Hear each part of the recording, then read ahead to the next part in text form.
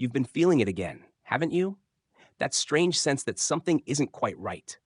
But it's not loud, it's subtle, almost invisible.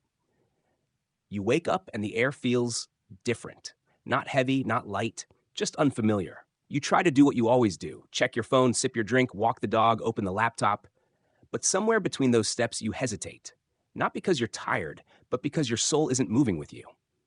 This isn't burnout. This isn't lack of motivation. This is what it feels like when your external reality is no longer a match for your internal truth. The habits you once relied on don't hold you anymore. The routines you built your life around feel like old clothes, still in your closet, but no longer yours. And deep beneath it all, there's a question forming, not from your mind, but from your field. Who is this version of me? And why is she still pretending everything's fine? You're not crazy. You're not lost. You're in between frequencies.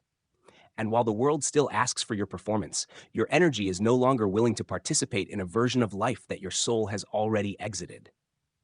This isn't a breakdown. This is the beginning of alignment. You see, the collapse never looks like chaos from the outside. It looks like stillness.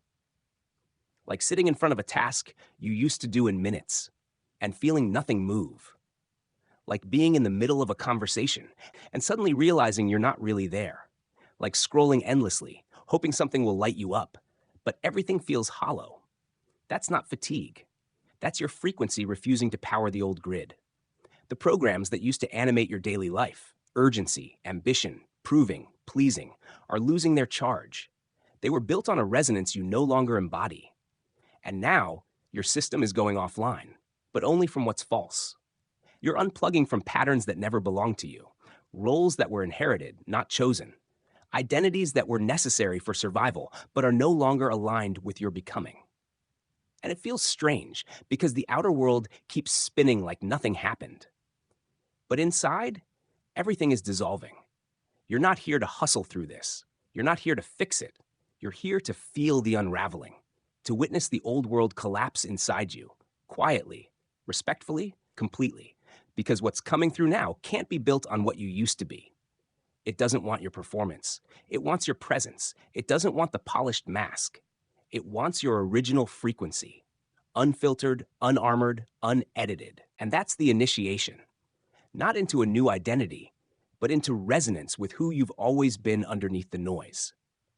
And here's the paradox. The more real you become, the less visible you may feel. Not because you're disappearing, but because you're no longer broadcasting the signal that kept you tethered to distortion. People might say you've changed. They might feel you pulling back, going silent, slowing down. But what they don't see is that you're finally tuning in to what your body actually needs, to the spaces where your energy gets drained, to the subtle ways you've been leaking life force just to keep others comfortable. You're not withdrawing out of weakness. You're conserving for truth, because when the field collapses, only resonance remains. Only what's real survives. You start to feel the difference between connection and obligation, between alignment and attachment, between what fuels your soul and what flatters your ego. And in this clarity, you stop chasing, you stop reaching, you stop trying to be seen in rooms that no longer feel sacred. This isn't isolation, it's refinement. You're not vanishing, you're crystallizing into someone who no longer fits inside the blueprint of performance, into someone who's finally willing to let silence speak louder than false urgency, into someone who understands. The collapse isn't the end. It's the field making space for what's finally real. And now, something profound begins to happen. You no longer seek energy. You generate it. Not from effort, not from strategy, but from coherence. When you stop pretending, your system stops leaking. When you stop performing, your frequency strengthens. When you stop betraying your body for approval, your nervous system finally breathes. You walk into a room and feel the invisible exchange. Who's open? Who's siphoning? Who's unaware they're still broadcasting fear? And without judgment, you move differently. You protect your field not by building walls, but by removing hooks. You stop explaining yourself. You stop trying to make your frequency palatable to those still addicted to distortion. You become a quiet force, not loud, but unmistakable. Because once you step out of false timelines, the ones powered by adrenaline, performance, and survival, you start to notice the real ones. the timelines that respond to presence, to honesty, to embodied truth. And those timelines aren't activated by doing more. They're unlocked by choosing less, less pretending, less apologizing, less abandoning yourself in the name of being enough. This is when you realize your energy was never broken. It was just buried under obligations that were never yours, under identities that kept you safe but never made you whole. Now the field is rewriting itself, and your job isn't to rebuild the old world. It's to stabilize this new frequency by being the version of you that no longer needs permission to exist unmasked. And this is where integration begins, not in some dramatic rebirth, but in the subtle choices you make when no one is watching. The way you pause before saying yes, just to keep the peace. The way you breathe before responding to a world that still wants you reactive. The way you choose silence, not out of defeat, but out of self-respect. You're no longer trying to prove your worth. You're no longer negotiating with energies that drain you. You're no longer dressing your truth up in softer language just to be received. Because you've seen what happens when you abandon yourself to fit in, and this time you won't.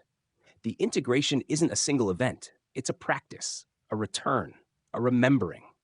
Every time you choose authenticity over comfort, stillness over productivity, resonance over relevance, you rewire not just your mind, but your timeline.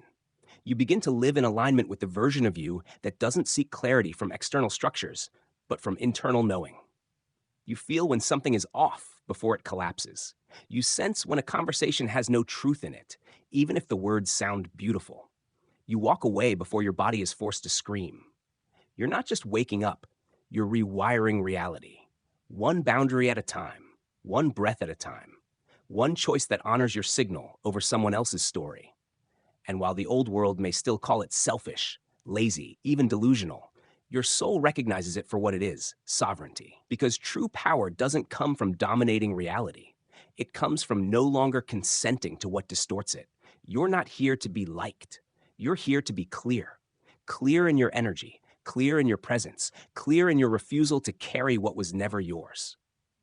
And when you finally stand in that clarity without needing applause, without performing alignment, that's when your field stabilizes. Not as a concept, but as a current. And that current will begin to shape your world in ways you don't need to force. People will fall away, desires will change, opportunities will shift, and it won't feel like loss. It will feel like accuracy, like the first time in your life you stopped echoing someone else's frequency and started broadcasting your own.